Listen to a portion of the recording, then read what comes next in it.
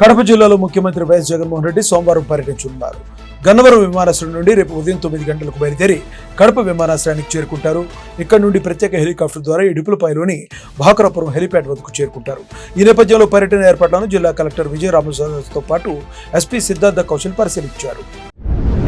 YCP సిద్ధం సభలపై AP Congress chief YS Sharmila సంచలన వ్యాఖ్యలు చేశారు. ఒక్కో సిద్ధం సభకు 90 కోట్లు ఖర్చు చేస్తున్నారని, ఆ పార్టీకి ఇంత డబ్బు ఎక్కడి నుండి వస్తుందని సీఎం జగన్ సమాధానం చెప్పాలని డిమాండ్ చేశారు. సిద్ధం సభలకు ఏకంగా 600 కోట్లు ఖర్చు చేస్తున్నారంట అని షర్మిల ఆరోపించారు. ప్రభుత్వ నిధులతో సిద్ధం సభలు నిర్వహిస్తున్నారా లేక వైసీపీ పార్టీ ఫండ్తో సభలు నిర్వహిస్తున్నారో ప్రజలకు చెప్పాలని షర్మిల డిమాండ్ చేశారు. పొత్తులపై జాతీయ నాయకత్వం నిర్ణయం తీసుకుంటుందని బీజేపీ ఏపీ రాష్ట్ర అధ్యక్షురాలు దగ్గుబాటి పురంధరేశ్వరి అన్నారు. విజయవాడలో బీజేపీ ప్రచార రథాలను ఆమె ప్రారంభించారు. టీడీపీ జనసేన పార్టీలతో పొత్తు ఏర్పడటం సంతోషమన్నారు. సీట్ల విషయంపై 1-2 రోజుల్లో స్పష్టత వచ్చే అవకాశం ఉందని చెప్పారు. దుష్ట శిక్షణ, శిష్ట రక్షణ కోసమే ఈ పొత్తులని తెలిపారు. రాష్ట్రంలో అరాచకాల అంతానికి అందరూ కలవాలని పురంధరేశ్వరి పిలుపునిచ్చారు. పార్లమెంట్ ఎన్నికల వేళ ఏపీలో ఆసక్తికర పరిణామాలు చోటు చేసుకుంటున్నాయి. కాపు ఉద్యమ నాయకుడు ముద్రగడ పద్మనాభం వైసీపీ పార్టీలో చేరేందుకు సిద్ధమయ్యారు. ఎన్నికల్లో పోటీ చేయడంపై స్పష్టత రాకుండా వైసీపీలో చేరడానికి సుముఖత వ్యక్తం చేస్తున్నట్టు తెలుస్తుంది. ఈ నెల 14న ముద్రగడ పద్మనాభం వైసీపీలో చేరనున్నట్టు తెలుస్తుంది. తాడేపల్లిలో సీఎం సమక్షంలో ముద్రగడ వైసీపీ కండువా కప్పుకోనున్నారు. బీజేపీతో చంద్రబాబు పొత్తు పెట్టుకోవడంపై పొద్దుటూరు ఎమ్మెల్యే రాజమౌళి శివప్రసాద్ రెడ్డి విమర్శలు గుప్పించారు. గతంలో ఆంధ్రప్రదేశ్ను బీజేపీ నాశనం చేసిందంటూ మోడీపై, అమిత్ షాపై తీవ్ర విమర్శలు చేసిన చంద్రబాబు నేడు బీజేపీతో ఎందుకు పొత్తు పెట్టుకున్నారో ప్రజలకు తెలియజేయాలని డిమాండ్ చేశారు. ఈ రాష్ట్రం 2 ముక్కలు కావడానికి బీజేపీ, కాంగ్రెస్ కారణమని ఎమ్మెల్యే విమర్శించారు. టీడీపీ ఉనికి కోసం, లోకేష్ రాజకీయ భవిష్యత్తు కోసం టీడీపీ పొత్తులు పెట్టుకుందని ఎమ్మెల్యే తెలిపారు. కడప జిల్లా కమలాపురం మండలం రామపురంలో ఉద్రిక్తత నెలకొంది. సాయినాథ్ శర్మపై టీడీపీ నియోజకవర్గ ఇన్ఛార్జి పుత్తా నరసింహారెడ్డి అనుచరులు దాడి చేశారు. గత కొంతకాలం టీడీపీకి సాయినాథ్ శర్మ దూరంగా ఉంటున్నారు. ఈ క్రమంలో పెద్దచెప్పల్లి గ్రామంలో ఆత్మీయ సమావేశం ఏర్పాటుపై వైసీపీలో చేరేందుకు సాయినాథ్ శర్మ రంగశుద్ధి చేసుకున్నారు. అయితే ఈ ఆత్మీయ సమావేశాన్ని అడ్డుకునే ప్రయత్నంలో ఆయనపై దాడి జరిగినట్టు తెలుస్తుంది.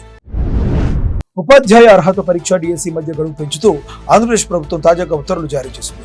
ఈ నెల 30 నుంచి ఏప్రిల్ 30 వరకు టీఆర్టీ డిఎస్సి పరీక్షలు నిర్వహించినట్టు తెలిపింది. ఈ మేరకు పాఠశాల విద్యాశాఖ కమిషనర్ సురేష్ కుమార్ మీడియాకు వెల్లడించారు. టెట్, డిఎస్పీ పరీక్షలు వెంటనే నిర్వహించడం వల్ల ప్రిపేర్ అయ్యేందుకు తగిన సమయం ఉండడం లేదని అభ్యర్థులు ఆరోపిస్తున్నారు.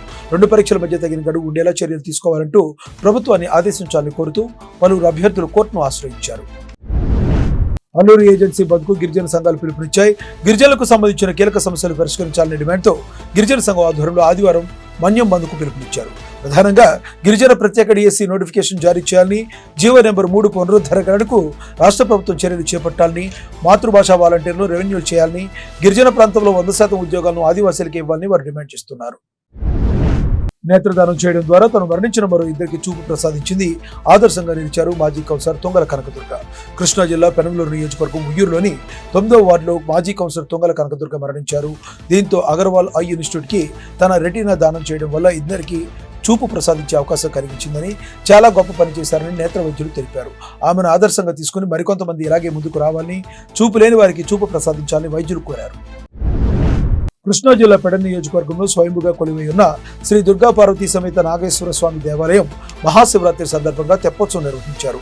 ఉభయ దేవరులతో శ్రీ రమా సహిత శ్రీ సత్యనారాయణ స్వామితో కలిసి హంసవాహనంపై తెప్పోత్సవం భక్తులకు దర్శనమిచ్చారు. తెప్పోత్సవం చూసేందుకు భక్తులు అధిక సంఖ్యలో వచ్చారు. బ్యాంకుల్లో పనిచేసే గోల్డ్ ఆపరేటర్లు విజయవాడలో భారీ ర్యాలీ చేపట్టారు. వివిధ ప్రాంతాల నుంచి వందల సంఖ్యలో తరలివచ్చి గోల్డ్ ఆపరేటర్లు బ్యాంక్ ఎంప్లాయీస్ యూనియన్తో కలిసి సమస్యలపై పోరాటం చేయాలని పిలుపునిచ్చారు. తమ సమస్యల పరిష్కారం కోసం ఈ ర్యాలీ చేస్తున్నట్లు గోల్డ్ ఆపరేటర్ అసోసియేషన్ ప్రధాన కార్యదర్శి శ్రీనివాస్ తెలియజేశారు. విజయవాడ దుర్గగుడి ఘాట్ రోడ్లో డ్రైవర్ అప్రమత్తంతో పెను ప్రమాదమే తప్పింది. దుర్గగుడి కొండ మీద కొద్దిపాటి మంటలు చెలరేగాయని ఫైర్ ఇంజన్ కొండపైకి వెళ్లి ఫైర్ ఇంజన్ సహాయంతో మంటలను అదుపు చేశారు. అయితే ఇంతలో ఫైర్ ఇంజన్ బ్రేక్ ఫెయిల్ అవడంతో డ్రైవర్ అప్రమత్తంగా ఉండి వెంటనే స్టీరింగ్ ని కొండ వైపుకు తిప్పడంతో ప్రమాదం తప్పింది.